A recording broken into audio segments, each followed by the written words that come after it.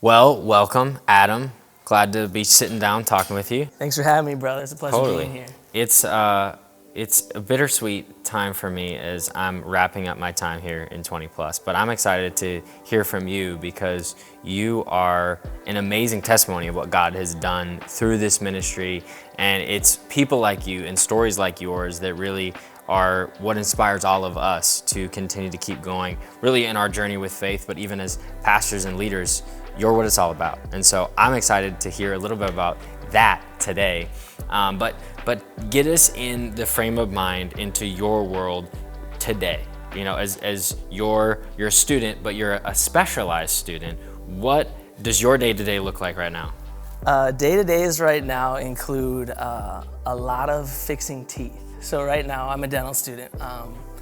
And I'm currently on my pediatric rotation. So I'm serving, the Go Kids at church, but also all the Go Kids that are future Go Kids that are running around in the dental clinics needing some tooth work done. So just staying busy with that and just happy to be seeing people and serving people. So what is that like to do dental work on a child? Because I can imagine what that could be like. Obviously, you handle it with much more grace than I would. But I mean, do you have kids that are just crazy and they won't sit still, or what does that look like? I had one this morning. It's tough to keep them, contained within the dental chair, but you try your best, calm them down, and just honestly, a lot of patience comes in. It just is, it's just constantly working on your heart to just give patience and extend love. So you're already way more professional than I would be. I'm talking about how hard is it, and you're talking about they give you patience. Clearly, you should be on the other side of this. But so 20 Plus, obviously, you've been involved for several years now. But catch us up to where it was at the beginning. I know you kind of have a crazy start to how you ended up even at River Valley and within 20 Plus and serving. It was really something that you didn't really imagine would have happened in your life. What was that, and kind of where were you there? Yeah, well, let's flash back a couple of years, probably into some of the darkest points in my life. It's coming up on about 2 years now, and it was just a dark time with school, and people who are going through professional schools, they know it's just a grind in the classroom, and that just puts a big strain on your life. And like you said, I never expected that I would be here, let alone, what happened. But yeah, about 2 years ago, I was engaged and set to be married in 2019. And the plans fell through there. But again, how I ended up at River Valley was your original question was. It was just through a simple, extended invite that happened months before. This was probably 5 months before I even came to River Valley. It was just a simple invitation, hey, you should come. So for everyone out there, I just want to address and say, don't overlook invitations, because other people would suffer the consequences, and I just know I would have suffered the consequence of maybe missing out on eternity just because of a simple lack of an invite. So you weren't following Jesus at that time? No, I would say I knew of Jesus, and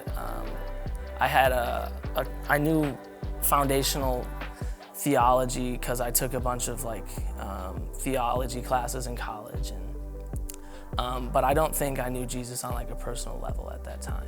So someone invited you. This was while you were still engaged, yeah, and then all of a sudden your engagement breaks off. And I mean, obviously, as many can imagine, probably very few people will go through something like that in their life. It's not something you wish upon people, to find somebody you think you're going to spend the rest of your life with.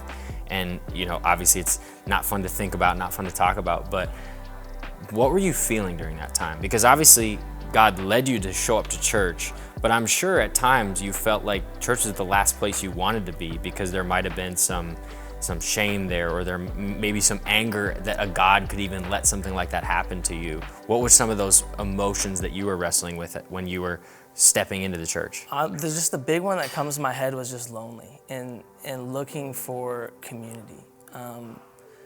And it's just, I just remember times where there's just just honestly crying on my stupid old ratty apartment floor in Minneapolis for hours, each night. And but that's just a lonely time to be and a place to be. And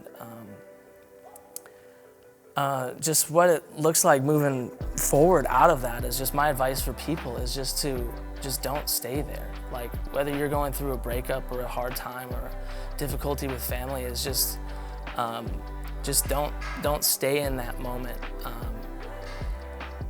Because honestly, I've been there and it eats you up like alive. So I'm just thankful for, River Valley, for you for spearheading a ministry that creates a space for people to come in and find community and learn what it's like to, one, read your Bible, follow Jesus, meet Jesus, and have a relationship with him.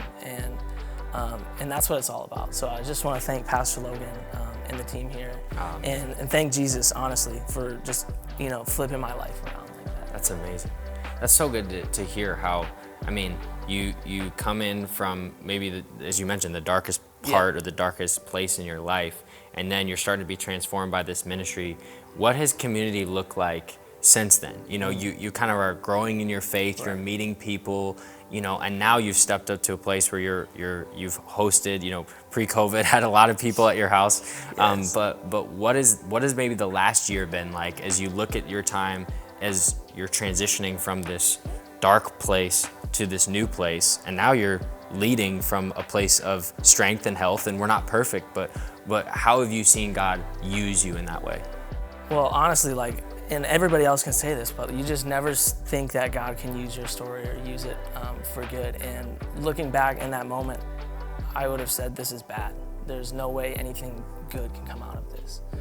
And just that's the cool thing about God is he's a redeeming God, and that he loves us and he cares for us. And he brings good to everything, good and restoration. And that's the God that we serve. And just when you were sharing about what community looks like for me is these past couple of years, it's been, and I didn't prepare this just kind of came into my head on when you were saying it's just iron sharpening iron. And just the community of brothers specifically around me who we're roommates now, we live together. So we share walls with each other, and we all share one bathroom, 5 guys in one house. Wow. We share one bathroom. Yeah, so. Extra prayer sent you. But that's just almost a daily sharpening of iron, and sometimes it's even unspoken, of just challenging in your faith, and it's just a great way to grow and just to serve other people and carry out God's will in your life.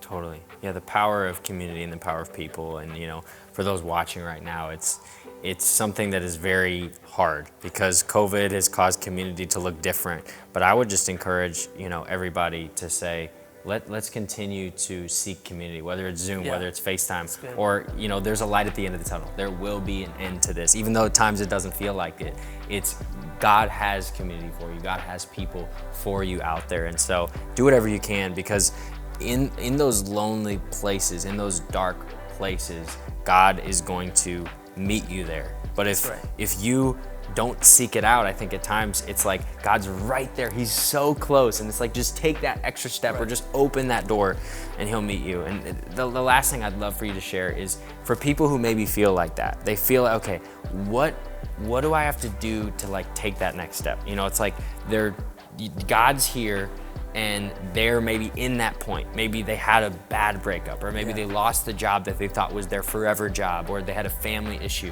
and there's a gap in between there. What is that thing that got you to jump in and to close that gap, and maybe where they're at right now?